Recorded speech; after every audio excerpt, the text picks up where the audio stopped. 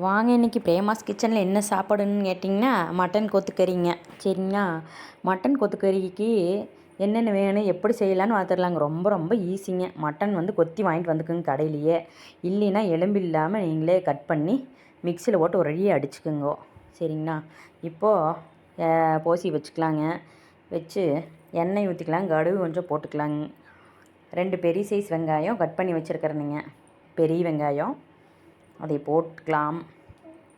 சரிங்கண்ணா. அப்புறம் பார்த்திங்கன்னா 2 பச்சை மிளகா போட்டுக்கலாங்க. 2 பச்சை மிளகாயை போட்டு கருவேப்பிலை கொஞ்சம் போட்டுருங்க. நல்லா வணக்கி விட்டுங்க. இந்த மாதிரி வணங்கி வந்துடட்டுங்க. 2 பெரிய தக்காளி ஓடுறேங்க. அவ்வளோதாங்க. இதை வணக்கிக்கலாம் இருங்க. நல்லா வணங்கிட்டு மஞ்சத்தூள் 1 டீஸ்பூன், கரம் மசாலா 1 டீஸ்பூன் போட்டுக்குங்க. மல்லித்தூள் 1 டீஸ்பூன் போட்டுக்குங்க. அவ்வளோதான். உப்பை கொஞ்சம் போட்டுக்கலாங்க. போட்டு நல்லா வணங்கிட்டுங்க. இஞ்சி பூண்டு பேஸ்ட் பெரிய ஸ்பூனில் 1 ஸ்பூன் போட்டுக்குங்க. ஓகேங்களா? நல்லா வணக்கிக்கலாங்க.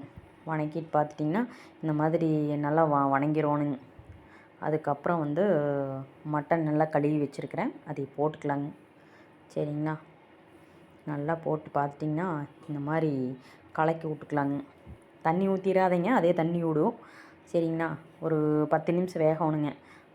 மட்டன் கொஞ்சம் நல்லா இருந்ததுன்னா இதே வெந்துக்குவோம் 3/4 மணி நேரத்தில். இல்லைன்னா நீங்கள் குக்கரில் கீது போட்டு விசில் விட்டுக்குங்க. இந்த மாதிரி தண்ணி வந்துருங்க. சரிங்களா? நான் வந்து மிளகு ஊற்றுறேங்க. கொஞ்சம் மட்டன் குழம்புக்கு அரைச்சது இருந்தது, அதை ஊற்றிருக்கிறேன். அது வந்து எப்படின்னா இதுக்கு முன்னாடி மட்டன் குழம்பு போட்டிருக்கிறேன், அதில் கூட பார்த்துக்குங்க.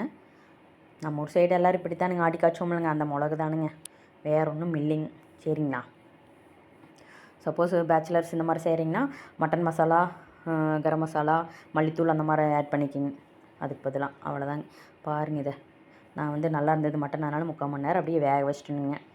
கொத்தமல்லி தழை தூவி இறக்குனிங்கன்னா அருமையாக இருக்கும். போங்க எல்லோரும் சாப்பிட்டு பார்த்துட்டு இந்த மாதிரி செஞ்சு பாருங்கள். செஞ்சு சாப்பிட்டு பார்த்துட்டு சொல்லுங்கள். தேங்க்ஸுங்க. இன்னும் என் சேனலை சப்ஸ்கிரைப் பண்ணாதீங்க, பண்ணுங்கள்.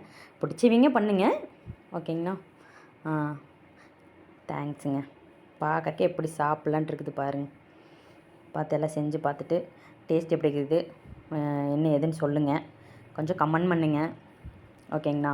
எப்படி இருக்குது என்னென்னு.